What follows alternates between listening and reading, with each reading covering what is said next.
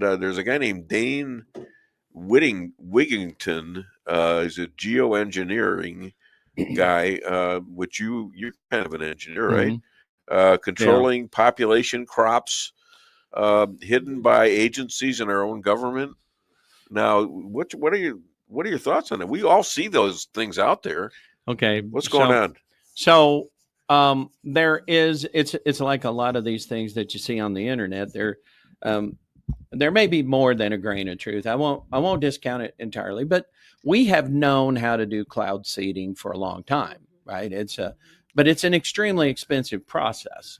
So so the theory is sound that there are some of these things that are available.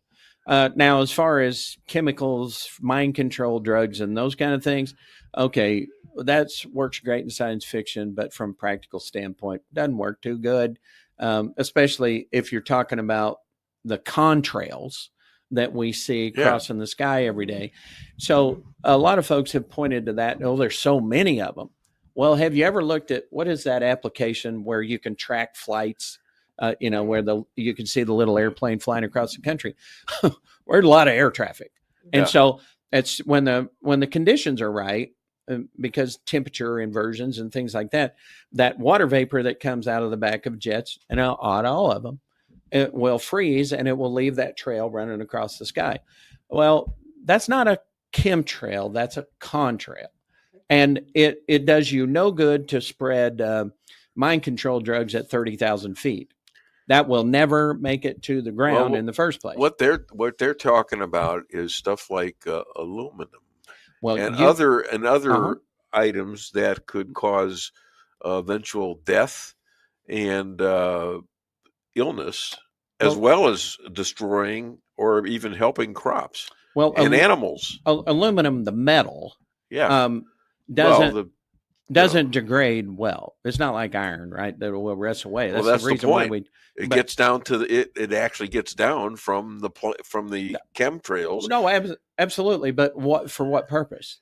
Like I said, for crop control, maybe for population control. But in order for it to affect crops, it has to oxidize, and aluminum has aluminum metal. I'm not talking about the various different combinations, the molecules that have aluminum in them, but aluminum, the metal, doesn't oxidize very well. That's the reason why we use it for airplane metal, right? It's because it doesn't rust. So I'm going to drop all this aluminum, but to what effect? Now, if they were telling me that aluminum sulfate or one of these other things, that gives it a vehicle to affect perhaps crops and whatever. Well, now that's a different kind of a thing. But the problem that you get with that is that once you turn that into a sulfate, well, now you've got something that breaks down fairly easily in nature, and you say, aha, but what does it break down to?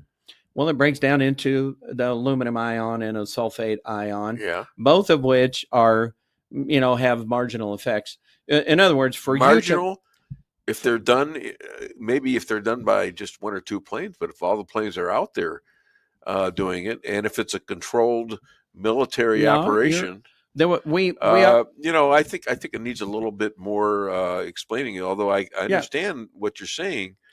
But the point of all that is distribution of viruses or defoliants. I mean, we saw that in Vietnam with Agent Orange, those kind of things. But those are not contrails. That is not the water vapor that you see coming out of the back of a 737. I'm going to give you a homework assignment.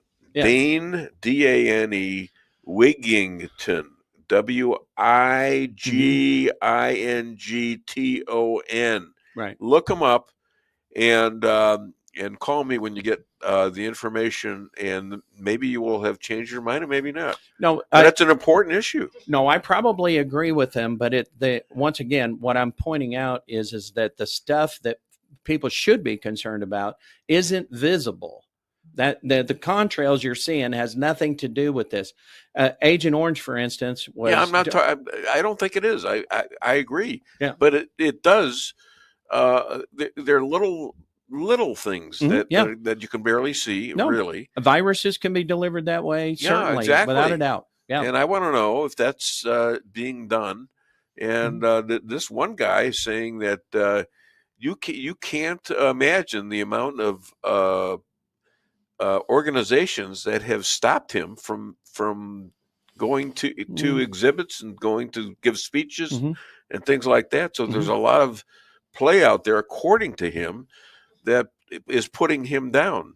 Well, so somebody's doing something. Yeah, I mean, and perhaps there's something to that, but maybe you wouldn't believe the number of organizations that won't I got invite this from me